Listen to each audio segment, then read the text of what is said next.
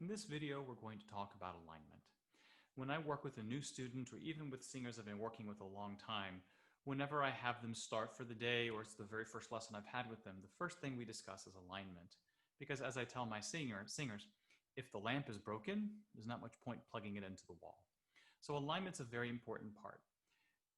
A bit of a caveat, I have a minor in postural analysis from Indiana University. I'm a professional movement person, and I'm a stage combat director. And so movement is an integral part of much of what I do.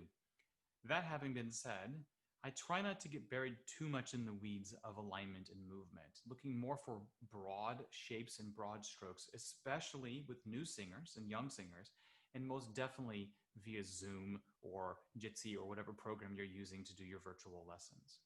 There are three elements of alignment that I think are incredibly important and that we can kind of prioritize to get the most return on our investment of time and energy.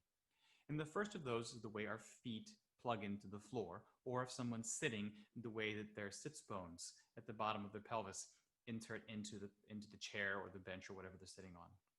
An exercise I often use for this, I call plugging in. And so I want you to, if you're sitting, that's fine. If you would like to stand, you can do that as well. But I want you to think that underneath your feet, there are 4 plugs, like plugs that go into a wall.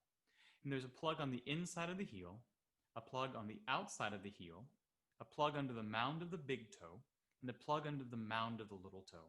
And I want you to think about your feet just kind of hovering over the ground. And then I want you to very gently plug in the inside heel. You may feel the inside and the backs of your legs kind of engage a little bit, and that's fine. That's what we're looking for.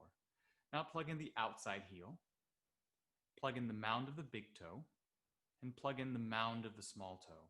And you may feel more activation of all of the legs than normal. And again, that is okay. The legs are a major source of energy and power for the body. And we need those to be active when we sing and when we speak to give us support. So that's plugging in the feet into the floor. The next area that I think is very important is how we organize the rib cage. Now, a lot of people talk about the rib cage, about opening up the sternum, the chest, and being very broad across the front of the chest. And this is fair and true, but often a lot of students think about their chest as opening like this, right? We get a lot of increase in space in the front, but at consequence, we get a limitation of space in the back. We lower the space in the back. And I don't necessarily want this because that inhibits the ability of the ribs to open when we inhale. So I ask my students to think about their entire chest as being a box. And it's not that we're going to lift the front, but we're going to lift the entirety of the box. And one of the best ways I've found to do that is quite simple. You just have your students stick their arms out to the side with the palms up, and then reach slightly above them and out to the fingertips. Whether they're sitting or standing, this is going to cause a bit of an elongation through the middle part of the body. As I say, expanding the space between their hips and their ribs.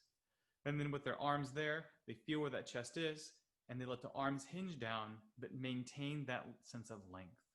So we have the feet plugging down into the floor as the torso lengthens up to create space in the middle of the body.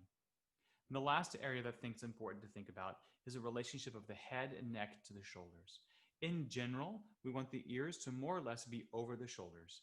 And instead of asking our students not to send their chin forward, which is very, very typical in young singers and in some advanced singers as well, I ask them to think that their ears are going to gently float up and back. And as one teacher at Indiana University said, long, beautiful neck. Some people like to talk about having a string that you're being pulled up from the top of their head. That also works quite nicely. But notice that we're going in opposite directions. The feet plug into the floor as the head lengthens up, allowing the rib cage to come with it. So we get this lengthening of space throughout the entirety of the body.